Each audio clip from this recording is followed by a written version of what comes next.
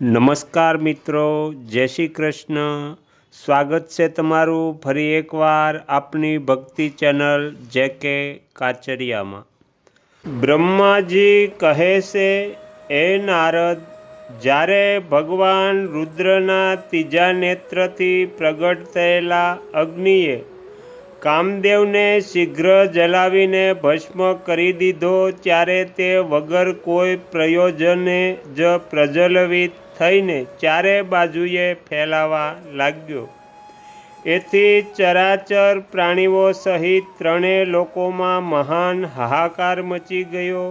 હે તાત, સંપૂર્ણ દેવતાઓ અને ઋષિઓ તરત જ મારા શરણે આવ્યા. એ સૌએ અત્યંત વ્યાકુળ થઈને માથું નમાવીને બંને હાથ જોડીને મને પ્રણામ કર્યા અને મારી સ્તુતિ કરીને તેમણે દુઃખનું નિવેદન કર્યું. એ સાંભળીને હું ભગવાન શિવનું સ્મરણ કરી એમના હેતુના સારી પેઠે વિચારીને ત્રણેય લોકોની રક્ષા કરવા માટે વિનીત ભાવથી ત્યાં પહોંચ્યો. એ અગ્નિની જ્વાલામાલા અત્યંત ઉદ્દીપ્ત થઈને જગતને બાળી દેવા માટે તૈયાર હતી, પરંતુ ભગવાન શિવની કૃપાથી પ્રાપ્ત થયેલા ઉત્તમ તેજથી મેં એ અગ્નિને તત્કાળ સ્થભિત કરી દીધો. હે મુને, ત્રિલોકીને દગ્ધ કરવાની ઈચ્છાવાળા એ ક્રોધમય અગ્નિને એક એવા ઘોડાના રૂપમાં પરિણિત કરી દીધો, જેના મુખમાંથી સૌમ્ય જ્વાળા પ્રગટ થઈ રહી હતી. ભગવાન શિવની ઈચ્છાથી એ વાડવ શરીર ઘોડાવાળા અગ્નિને લઈને હું લોકહિત માટે સમુદ્ર તટ પર ગયો. હે મુને, મને ત્યાં આવેલો જોઈ સમુદ્ર એક દિવ્ય પુરુષનું રૂપ ધારણ કરી હાથ જોડી મારી પાસે આવ્યો. મારી સંપૂર્ણ લોકોના પિતામહની સારી પેઠે વિધિવત સ્તુતિ વંદના કરીને સિંધુએ મને પ્રસન્નતાપૂર્વક કહ્યું, હે સર્વેશ્વર બ્રહ્મન, આપ શ્રી અહીં કેમ પધાર્યા છો? મને આપનો સેવક જાણીને આ વાતને પ્રીતિપૂર્વક કહો. સાગરની વાત સાંભળીને ભગવાન શંકરનું સ્મરણ કરીને લોકહિતનું ધ્યાન રાખતા મેં એને પ્રસન્નતાપૂર્વક કહ્યું, હે તાત સમુદ્ર, તમે બહુ બુદ્ધિમાન અને સંપૂર્ણ લોકોના હિતકારી છો. હું શિવની ઈચ્છાથી પ્રેરિત થઈને હાર્દિક પ્રીતિપૂર્વક તમને કહી રહ્યો છું.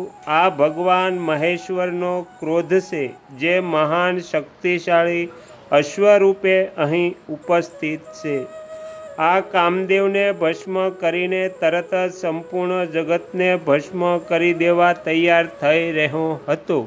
આ જોઈને દુઃખી થયેલા દેવતાઓની પ્રાર્થનાથી હું શંકરની ઈચ્છાને વશ થઈને ત્યાં ગયો અને ત્યાં આ અગ્નિને સ્થભિત કરી દીધો. પછી એણે ઘોડાનું રૂપ ધારણ કર્યું અને એને લઈને હું અહીં આવ્યો છું. હે જલાધાર, હું જગત ઉપર દયા કરીને તમને આ આદેશ આપી રહ્યો છું.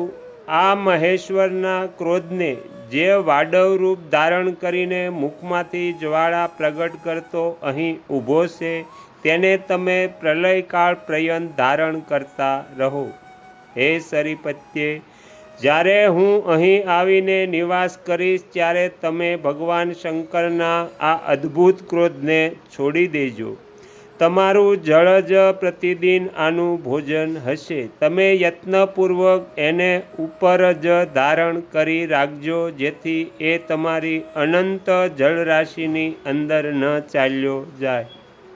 બ્રહ્માજી કહે છે, હે નારદ, મારું આવું કહેવાથી સમુદ્રએ રુદ્રની ક્રોધાગ્નિ રૂપ વડવાનળને ધારણ કરવાનું સ્વીકારી લીધું, જે બીજાઓ માટે તો અસંભવ જ હતું.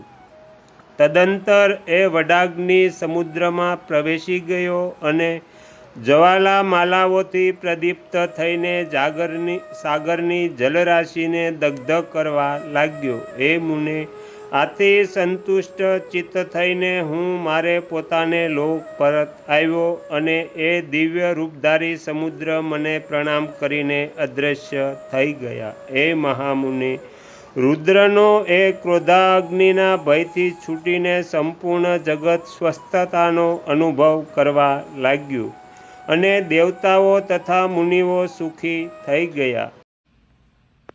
આગળના વિડીયો જોવા માટે આ ચેનલને આ રીતે સબસ્ક્રાઈબ કરો અને આવનારા વિડીયોનું નોટિફિકેશન મળી રહે તે માટે બેલ આઇકન પણ દબાવો.